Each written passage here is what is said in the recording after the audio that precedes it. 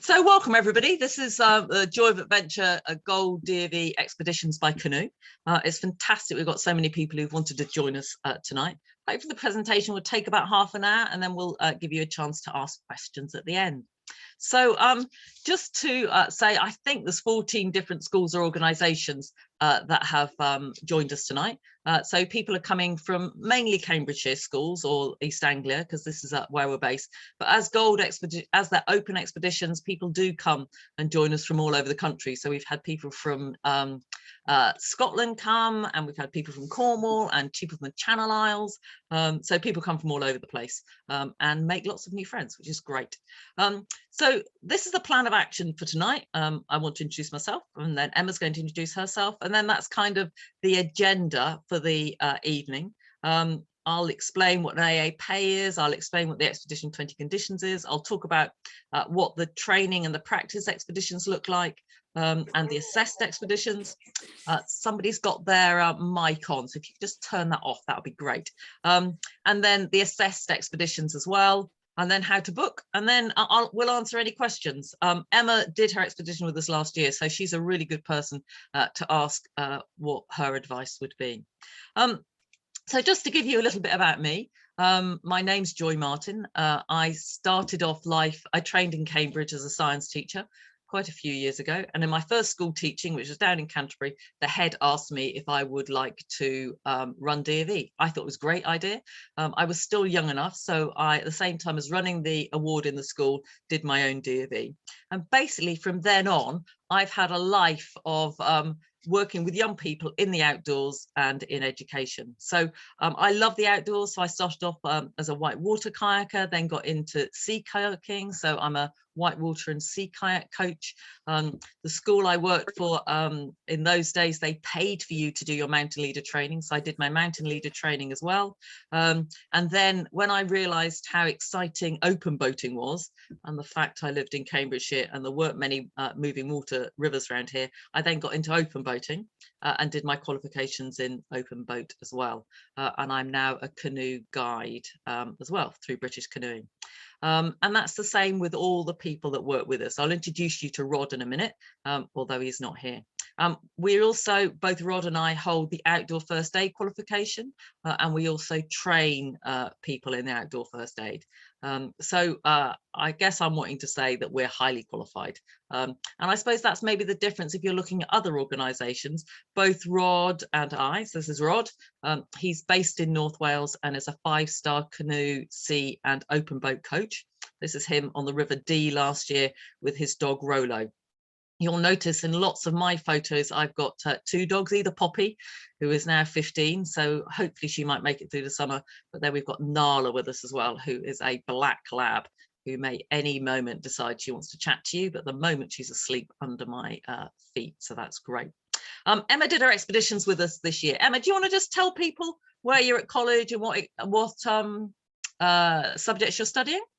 Yeah, I'm at Hills Road, just down in Cambridge, and I study French, maths and physics. I'm upper 6th, so I'm doing my A-levels this year, and I've done bronze, silver and gold expeditions with Joy.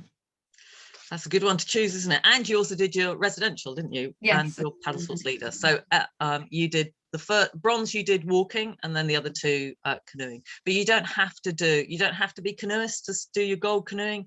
You don't have to have done your bronze and silver to do your gold either.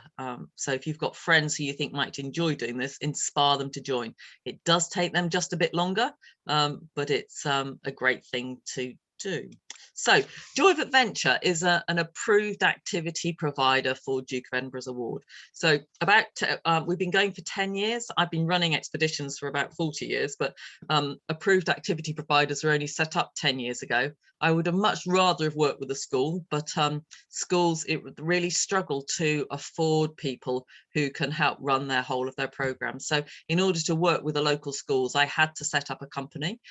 So I set up the company called Joy of Adventure and worked mainly with local schools doing bronze, silver and gold, walking and canoeing expeditions. And it's only in the last few years that we specialised in canoeing expeditions. We're an approved activity provider. Duke of Edinburgh's award approve us, and you can only do expeditions now through approved activity providers. So we're small. At the most, we'll do the gold expeditions that we've listed here, and it is mainly me and Rod that run the expeditions. It will only be either me or Rod on them. We may bring in other people if numbers go up, but it will always be us. So that's what Joy of Adventure is, and that's the logo that we get. They're all open expeditions, which means that anybody from any school can come. So it's not just school specific. So the difference between, sometimes you might have heard of closed expeditions, then it's just one school on the expedition. Our expeditions are open to anybody. So anyone from anywhere can join them. So you might have friends. I know some people have got friends, they're at Hills Road, but they've got friends at Long Road. Everyone can take part. Last year we had a group that have mainly been at St Bede's, which is a secondary school in Cambridge, and then they all moved off to different schools for their sixth form, but then were able to do their expedition together. So open expeditions mean anybody can come. If you've got a group of friends you want to do your expedition with, you need to have a minimum of 6 to say to us, we all want to be together. But if maybe there's a few of you, there's 3, I know there's somebody's already got their form in, they said, oh, I want to do it with 2 other people, that's fine. But there will then be other people that join your group. And it's a really great way to make new friends. But we'll talk more about that later. Just to assure you of some of the certificates that we have, we do have our ALA license, which is the Adventurer Activity license. That's from the Health and Safety Executive. Both Rod and I are accredited practitioners from the Institute of Outdoor Learning. We run our first aid courses through ITC, and we're also British Canoe Union coaches. Anyone that takes part in any of our expeditions, depending if you're successful on them, your practice expedition, you tend to be awarded your START award, which is a free award. We just apply to British Canoeing and they give it to you. It's kind of just saying, yes, you started to canoe, well done. And then the Discover Award, you need more skills for that one. But after having paddled for your practice expedition, which is 2 days, and then your assessed expedition, which is, well, it could be 3, 4, 5 or 6 days, depending if you come to Sweden with us, then actually you've done enough to get your Discover Award. The difference with the Discover Award is they don't give that one for free. They charge us £6 to give it to you. So if you want that one, you can pay us for that one as well. So to give you a bit of the background of just DofE, which you may already know, but I know some people found this in the past useful. DofE, you can do bronze and silver, but you have to be 16 in order to gold. Okay, and the good news is if life gets complicated, you don't have to finish until you're 25. So as long as you get your expedition bit done, because that's the bit that's most difficult to do separately, you've got until you're 25 to do it. So when I did mine, I started off at 23.5 because I was just teaching and I managed to get it in. It does take a bit longer if you haven't done bronze and silver, but you can still do it. So lots of people do research on whether DofE is good to do, because it does cost both in finances, but also in time and commitment. So United Learning did some research with one of the universities, and they asked all the major employers in the country, so people like Boots and Tesco's and the British Gas and all the rest of it, what they considered were the important skills for the people they wanted to employ. And they came up with things like leadership, teamwork, confidence, and self-motivation. They then asked them to rank what were the important activities for people to take part in school. And surprise, surprise, because I'm giving it to you, they put, so all these organisations, they put Duke of Edinburgh's award at the top of the list. After that came all these other things, like work experience, like being on the school council, like the school radio, like school trips, like taking somebody to work, all of that. But these organisations rank DofE at the top. Okay, so that might be something to inspire you to do it. I know that we've got folks from Impington here, and there's also people I know from Parkside 6 who are doing IB. So it's a bit more complicated with you, but you actually get 2 for the price of 1 in a way. So this chart shows you how your IB learners profile, what you need to show for IB. So the inquiries, the knowledge, the thinking, how that then relates across to DofE.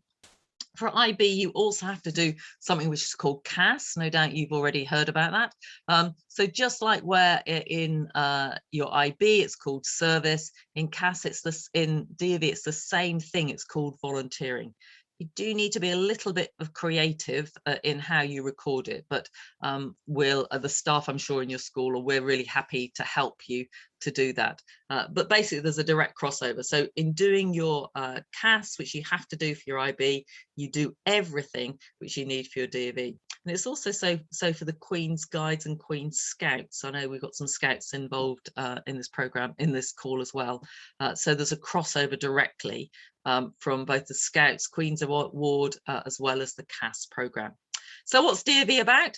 Unlike bronze and silver, there are 5 sections. So you get your volunteering, your physical, your skill, expedition, and then finally your residential. So I'm just going to go through these, and then I'm going to ask Emma what she did in each of them, just so that you get a bit of an idea as we're going through. So volunteering, or service as it's called in CAS, is to inspire young people to make a difference within their communities. There's loads and loads and loads of things that you can do. DofE has got a great website which lists all sorts of things, but these are some of the things that you can do. Emma, what did you do for your volunteering? For my bronze and silver, I volunteered as a young leader for my Beaver group. Great. And then for gold, I'm working at just a local charity shop for an hour a week. That's great.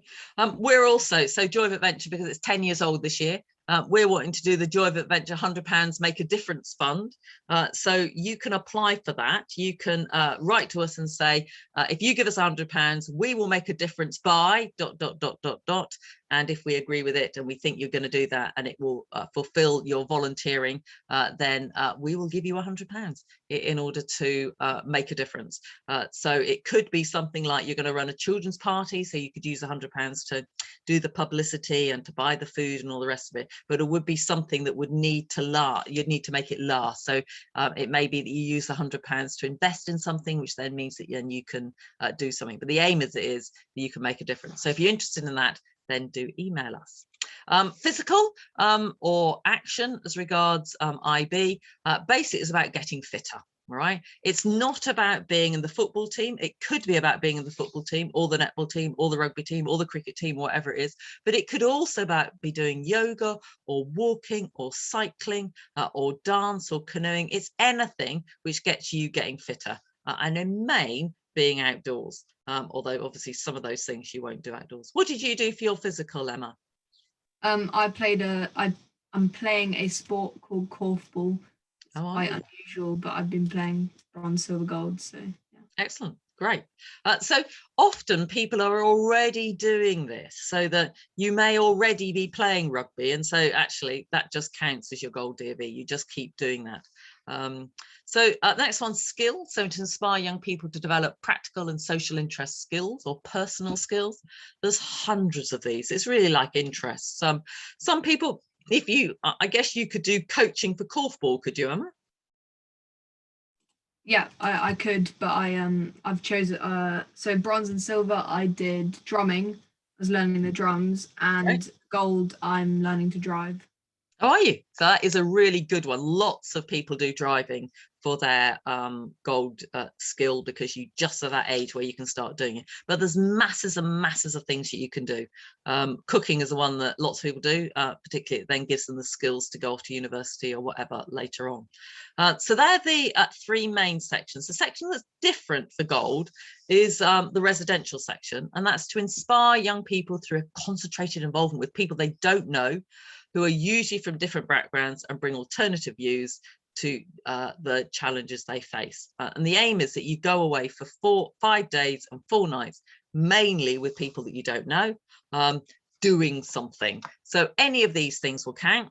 revision courses, citizenship, helping on at scout or beaver or guide camps, as long as it's not your own scout or beaver or guide camp, because you'll obviously know the people. But there's loads and loads of things that you can do there. What did you do, Emma?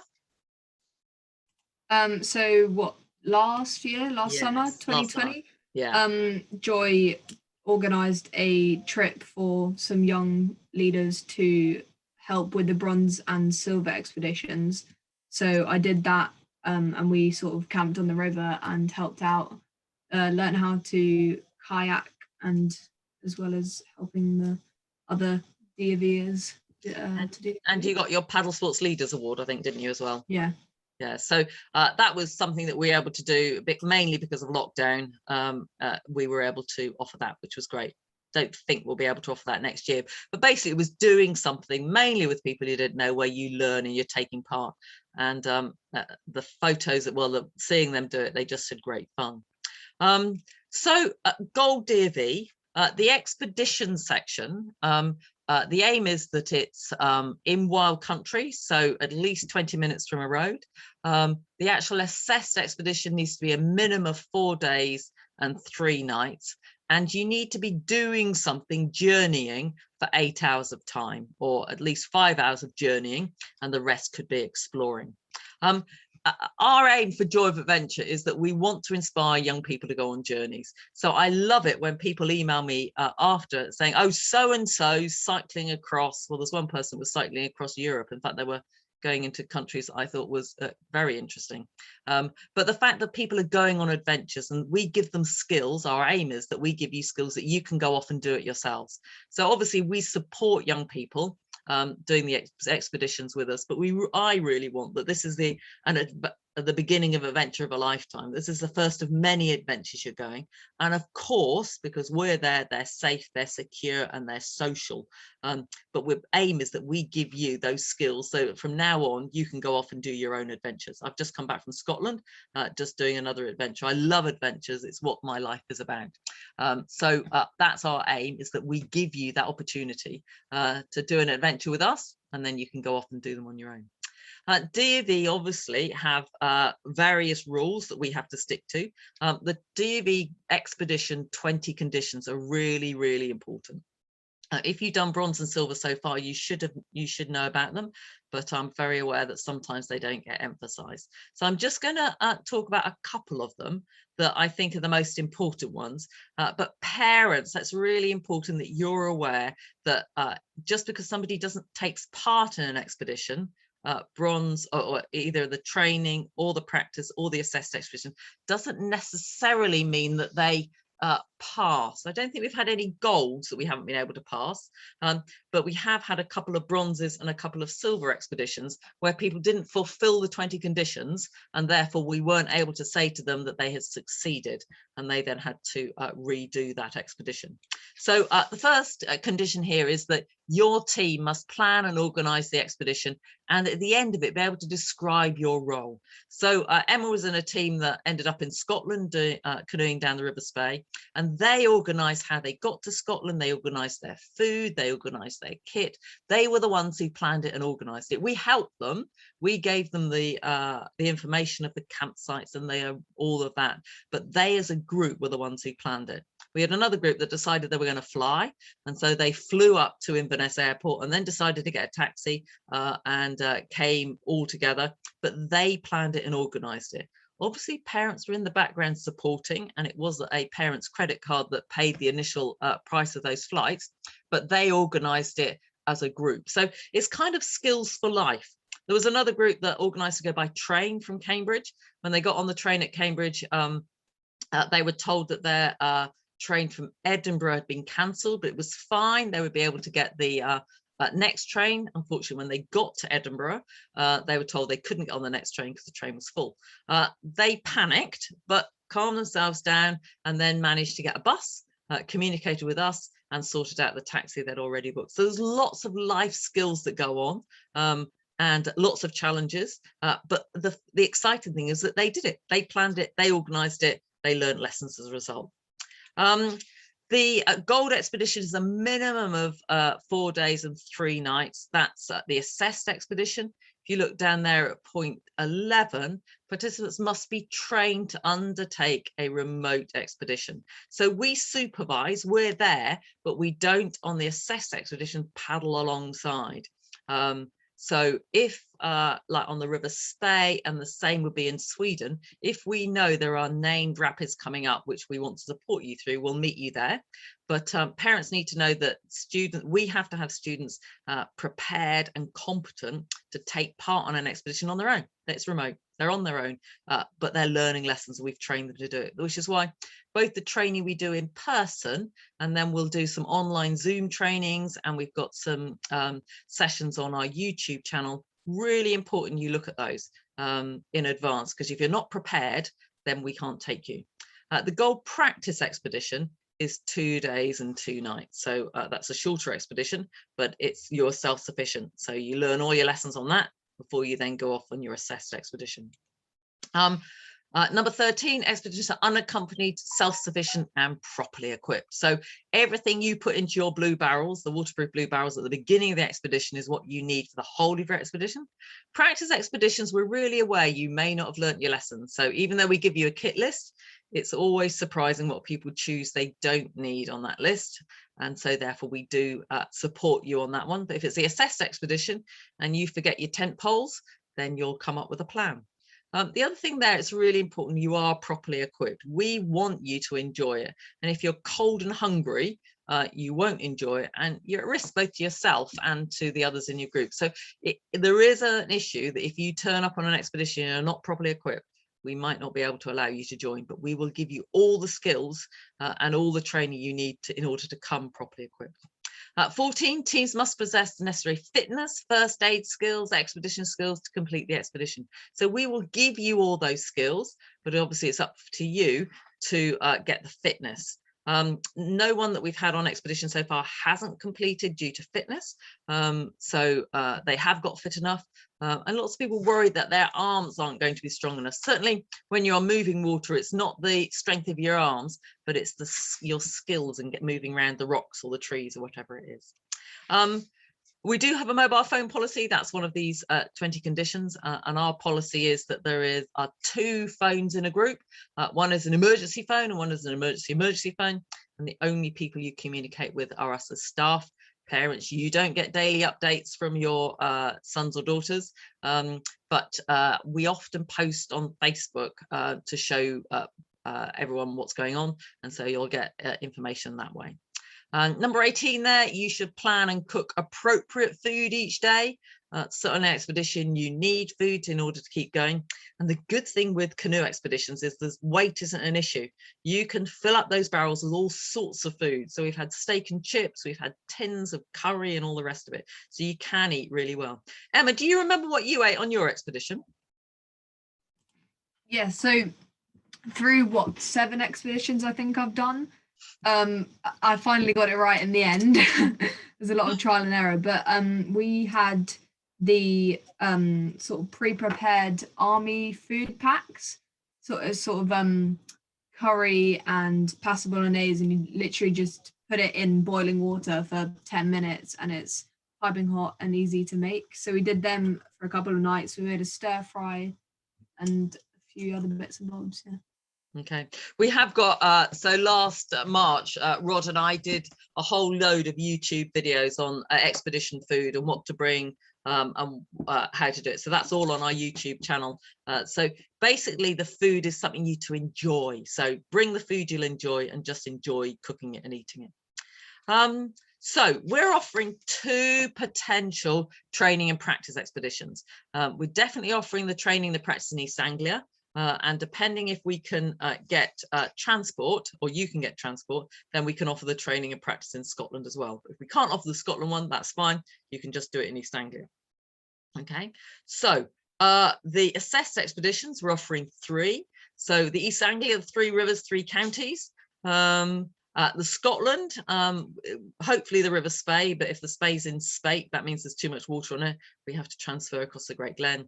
And then Sweden, number 2's obviously disappeared from those numbers there. Sorry about that. The River Harken and the Harken River, which is amazing. So before your expedition, you have to be trained. Okay, so we've got lots of YouTube videos, so we'll indicate those to you, both on food and maps and packing. So that's all there. We'll do online Zoom training as well. So we'll meet in an evening and we'll talk to you and we'll inspire you and we'll get you into action. Okay. You need to do first aid training as part of your before you can go on expedition. You have to have first aid. So British Canoeing have given us permission to use their first aid training, so you can do that online in advance, and that then gives you a certificate. And then when we're actually on expedition, we'll talk about the things that might really go on. So what would you do if you get a tick? What will you do if you burn yourself? And all those sorts of things. Somebody's obviously got their microphone on. If you could turn that off, that would be great. Turn your microphone off. Somebody? Oh, turn your mic off. Thank you. So we'll also give you training on navigation and route planning. So each group has to plan their route. I know you're just going down a river, but it is amazing how even coming down on the practice expedition, there's one turn, the number of people who haven't made that one turn and gone the wrong way. But they will teach you that. We've got YouTubes on that. And you'll then mark your own maps and you'll be able to do those. We'll also talk to you about the kit and equipment. So we can lend, so we provide, as part of what you pay to join the expedition, we provide you with all the canoeing equipment, but then it's your personal equipment that you need to sort out. So we'll talk to you about that, and you'll see that when you arrive on expedition, you arrive with these great big IKEA bags or those sorts of bags, so that they're easy for us to pack. But you also notice here a very young Emma, actually, who's got her dry bags, which are really easy. It's nice if you've got dry bags, you can just put those straight into the blue barrels. One of the things, if you're on the Cambridgeshire rivers, and certainly on the campsites on the Spey and in Sweden, these ponchos are fantastic. You can just put them straight over your buoyancy aid, and it's like your own personal tent while you're going downriver. They really are good. We did actually, for the leaders thing that Emma did, they all got one of these Joy of Adventure t-shirts, and people keep asking us if they can get them. So each year we do an order. So if you'd like to get a Joy of Adventure hoodie or t-shirt, we'll give you the chance to do that. The pre-expedition menu planning. So this is somebody here is doing a really nice stir fry. We'll talk to you about the different foods, and then that's something that you'll plan, because food and planning is part of it. I think someone's got their microphone on. If they could just turn that off, that would just be great. Got the microphone on? So one of the things you also have to do is each expedition has to have an aim. So we'll talk to you about the aim of your expedition. Certainly was one group that did an art aim, another group did some yoga as they went downriver. Some of them did litter collecting. So this was a group, they'd been at St Bede's and then were at Hills Road, and they were amazing going down the River Severn. Phenomenal the amount of crud they collected as they came downriver. So every expedition has to have an aim, and that aim you then use to do a presentation with at the end. Now we're hoping by this time next year, COVID won't be an issue in the same way that it's been so far. We did have to obviously put into place COVID procedures, and we got the Visit England We're Good to Go kite mark, so that we had our COVID risk assessment, and people slept in individual tents and cooked individually, and they obviously had hand gel and hand washing, all the rest of it. Some of those things I'm sure will be in place next year, but we'll make sure you know. So just so you know, we're very aware of COVID. Being outdoors, it's really safe. The boats where you sit in our canoes, they're actually 2 meters apart, so that's quite a good one. But we will, any of the government guidelines, we will obviously follow, if whatever they are, when you do your expeditions, if you do them with us. So now the exciting bit. What is the expeditions like, and what can you do? So option 1 is gold training and practice at Hockwold. Hockwold is beautiful. It's on the Little Ouse, just downriver from Thetford. Some of you may start in Thetford if you're going to be doing moving water assessed expeditions, and those you get it's a beautiful chalk stream. We give you the training there, so that this is a picture of Rod.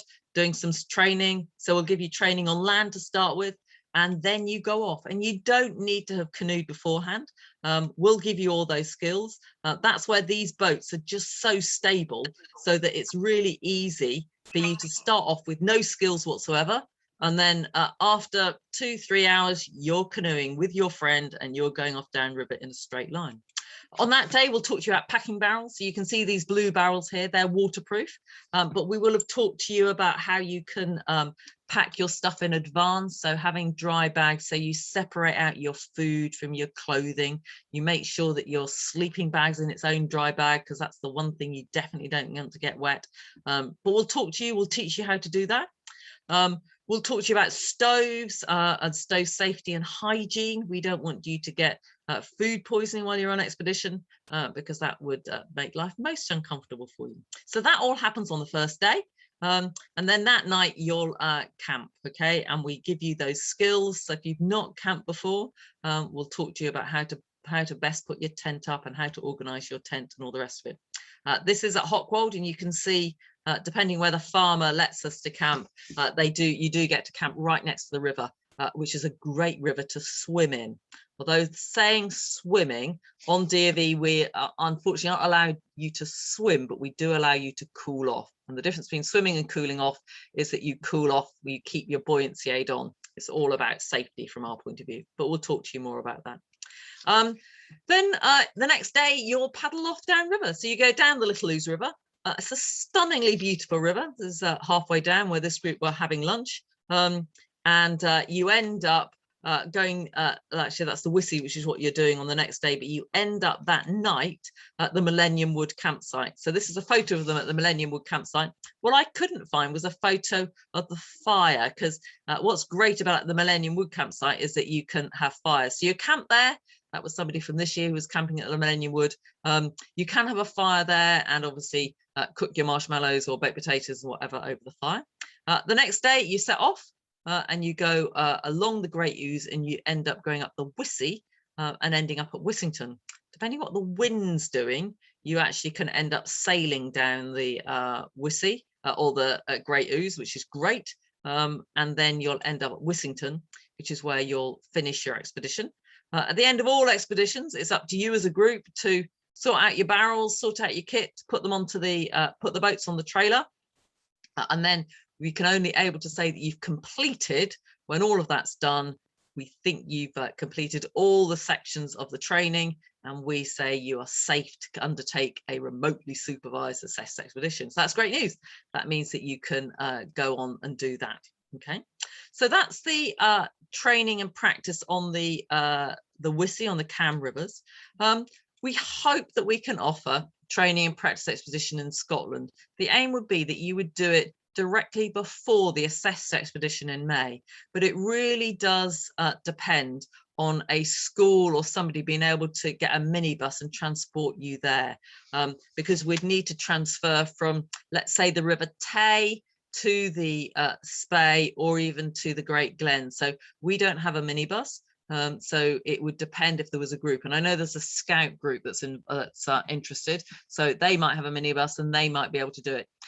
Doesn't matter if you can't do that, you can still do your assessed expedition in Scotland. We would just start your practice and training up at Thetford, where coming down the Little Ouse there's moving water. So really that's a hope that we can offer it in Scotland.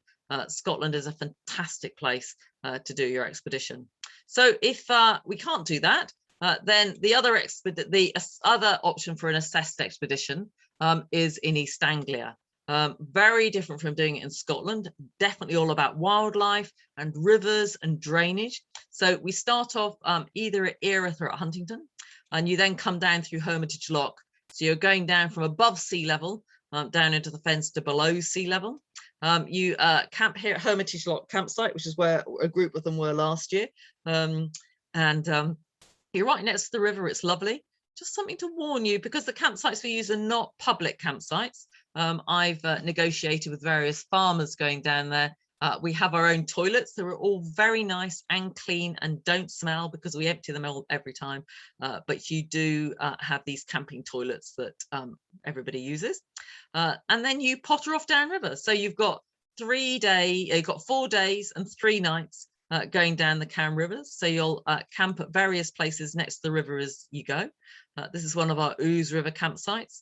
And of course, the sun is always shining when we do our assessed expeditions. And this is then, you cook at your campsites, you form friendships that you hope are going to last a lifetime. We meet you at various points as you go. This was a group from IBC who did it with us last year. That group there was a mixed group. They came from all over, including Scotland and Cornwall and Cambridge, of course. And you potter off downriver, really hard work. IBC people will recognise him. And then you end up after 4 days paddling, 3 nights going from strangers to friends. And that's what this group did. They didn't know each other to start with at all. They were all from different schools, different colleges. They actually started off struggling to work together as a team on their practice expedition.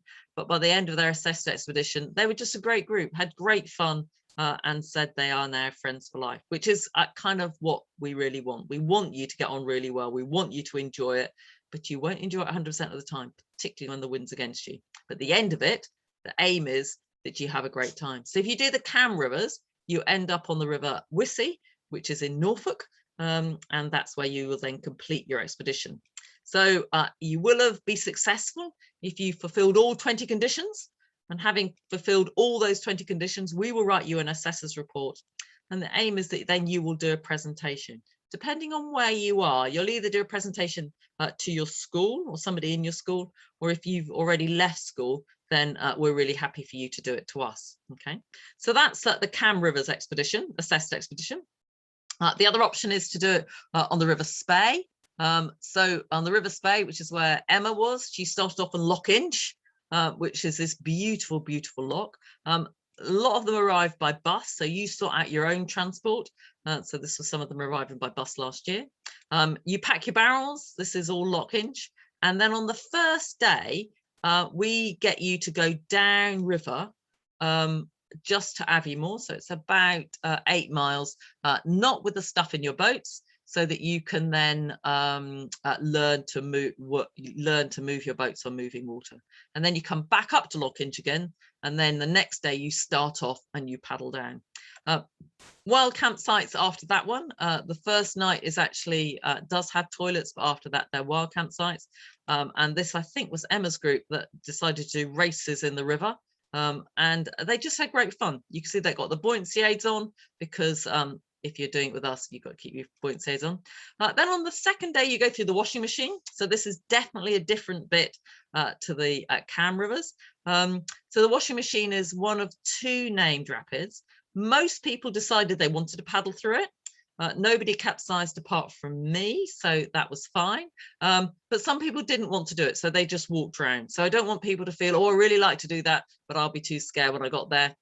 You can just walk around it and we will take the boats around. Most of it's like this, the kind of just the bouncy rapids, but we will train you to be able to do it. So this is the second named rapid, which is Knockandu. For those of you who are into whiskey or gin, there's a distillery there as well. And then the rest of the river is just lovely. It's moving, so you don't have to work very hard. You just have to avoid the rocks and avoid the trees, and you then end up at the bottom in Spey Bay. Same thing happens there. You unload your boats, you put the boats on the trailer, you sort everything out, and then we'll send you your assessor's report, and you'll do your presentation. The other option that we're really hoping, so we did this 3 years ago. We took a group to Sweden. It was fantastic. But because of coronavirus, we couldn't do it the year before last. We offered it this year, but again, we couldn't do it. So really hoping we can go back to Sweden this year. Amazing expedition. Sweden's a fantastic place to go. This was when we were there before. So the aim would be that we would go onto the River Harken. So the river and Lake Harken rivers come down in the north of Sweden. You would fly out to Sweden, okay? And then from there on, the price you pay, we cover the transport. So we'll meet you at the airport, and we'll have got transport sorted for you, and you'll get to Lit, which is the campsite, and that's where we're hiring the boats from. On the way, you'll do your food shopping. because you can't bring food in from England anymore. So this was a group 2 years ago who were sorting out their food and buying their food when they get there. You'll then load your boats. Your camp at Lit to start with will then get transported right to the top of the river, and then you'll load the boats and then you're off. So this is the store release system, which is what we were on before. There are some rapids on the Harken River. We will support you through those rapids. So they're very much like the River Spey rapids. So nice, gentle rapids, but where they're bigger, like this one is here, which is a grade 2 rapid, will then either, you can see I'm in the back of that boat, and there's 2 people who are very excited in the front of it. You can then join us for that one. The river, the Swedish rivers, they have amazing campsites. So all the way down the river, or the lake system, they have these shelters and fire pits. My computer is just freezing at the moment, but here we go. So this is one of the campsites that I stayed at when I went a few years ago. And you can see that every campsite's got these shelters and fire pits. So one of the groups last year did all their cooking over an open fire, which was just great. Sunsets in Sweden are amazing, yeah, just beautiful. So if you've got a chance and can go to Sweden, I would really, really encourage you to do it, because it's a really, really beautiful trip. It is expensive. You can get under 25 flights, so the flights for you guys to go out is much cheaper than us. You can also get group flights, which are cheaper as well. So look into it before you decide it's too expensive. So they're the 3 options we offer: the Cam rivers, Sweden, the River Spey, and then Sweden. Okay, and again at the end of that, we would get you to, we'd write your report and you do your presentation. It's great that after it, you also get your personal performance award. So as I mentioned before, the Paddle Sports Leaders Award, you'll get your Start Award and your Discovery Award. Okay. Okay, so I put this on here, parents' role. Okay, parents, you are really, really important to your son or daughter, and you're also really important from the funding point of view for them, and probably the transport point of view. But we're really, really keen that from that, once the money is sorted out, it's the young person that does the emailing and the organizing and the communicating with us.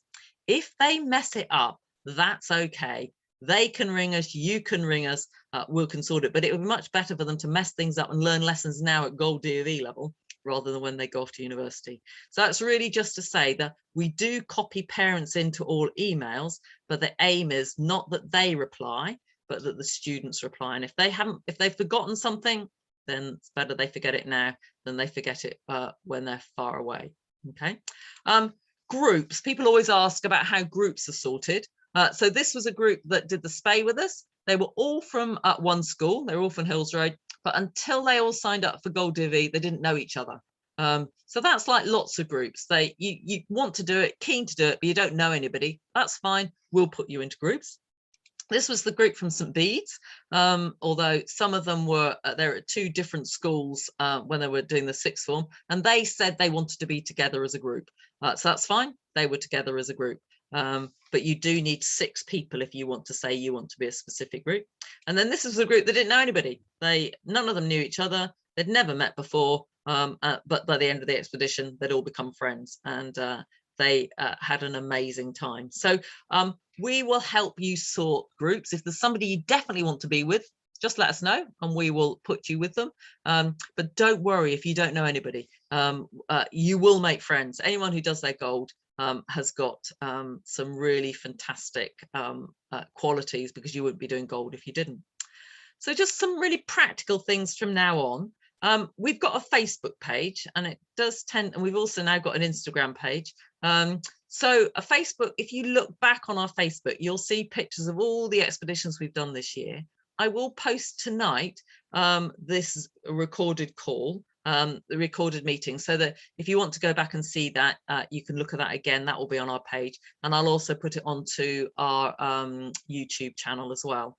And then through expeditions, if you give us permission, we then record, we then post while expeditions are happening. If I also see things that I think are useful I'll then post them on there as well. So it's kind of a useful place for you to keep looking.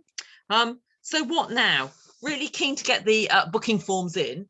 For the River Spey and for Sweden, there are only 20 places. So it will come on a first come, first serve basis. So if you get your form in, complete the Google form, get the payment in, you're on the list. So I've already had a few in.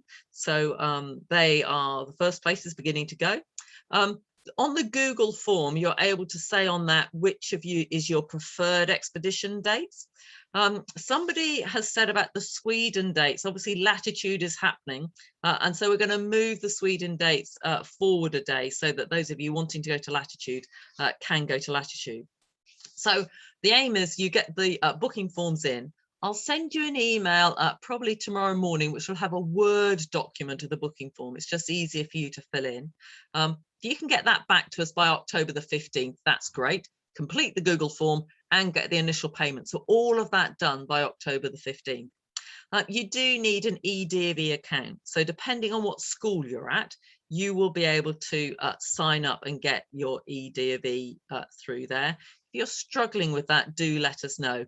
Those of you in Scouts, it's easy. Those of you in the bigger schools, it's easy. But I know some of you just might need some support. Just swing us an email and we're able to do that.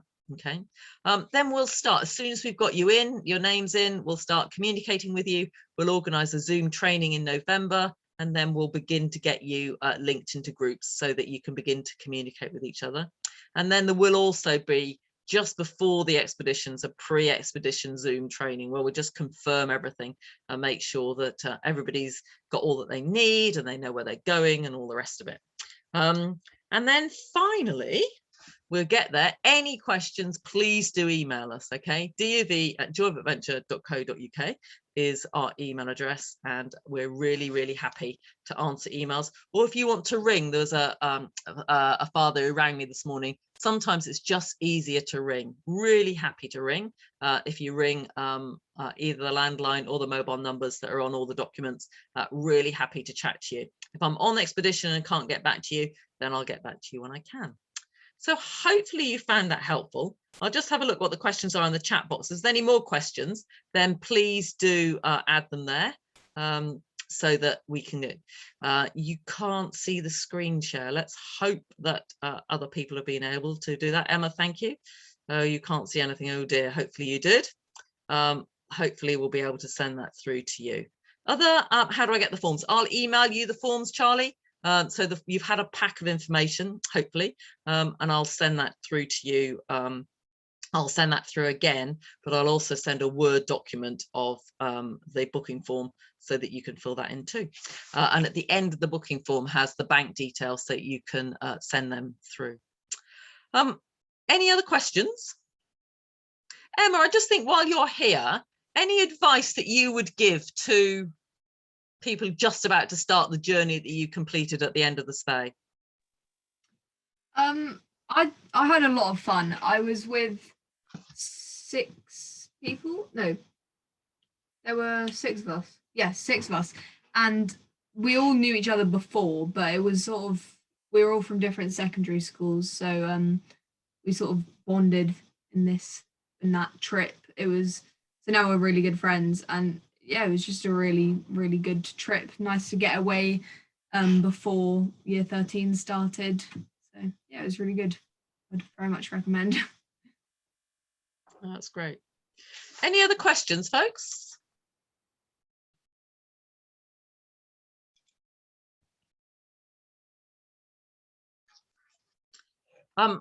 So those who've already done the gold practice by Canoe, it depends where you are doing, where you've done your practice and where you want to do your assessed expedition. But that's something we can talk about separately. I suppose that's the easiest thing to say. So you definitely have to have the skills for the area in which you're doing the expedition. So if you've done your practice on flat water, then you're doing your skills on moving water. You need to make sure that you have those skills. If they're prevented going ahead due to COVID, yes, you get a full refund. We've been doing this now for 3 years. What's tended to happen is we've just moved, we either give a we'll definitely give a refund, but we then move the expeditions on. So where we're in lockdown, I think, Emma, your expeditions were meant to be at Easter, weren't they? And then we just moved them on. So yes, if COVID is a reason, really happy to give a refund. Hope that helps. Any more questions? Great. Could you do the expedition twice, one with DofE and the other outside DofE? Yeah, if you want to do, you can do your expeditions as many times as you would like. We're really happy for people to come and join us.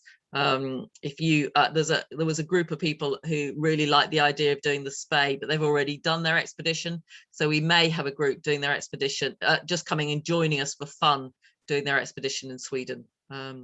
So yes, if you've got any other questions, really happy for you to just email me or give us a ring. So thank you then, folks. I'm going to stop the recording. And then if you've got any other questions or just want to ask us at the end,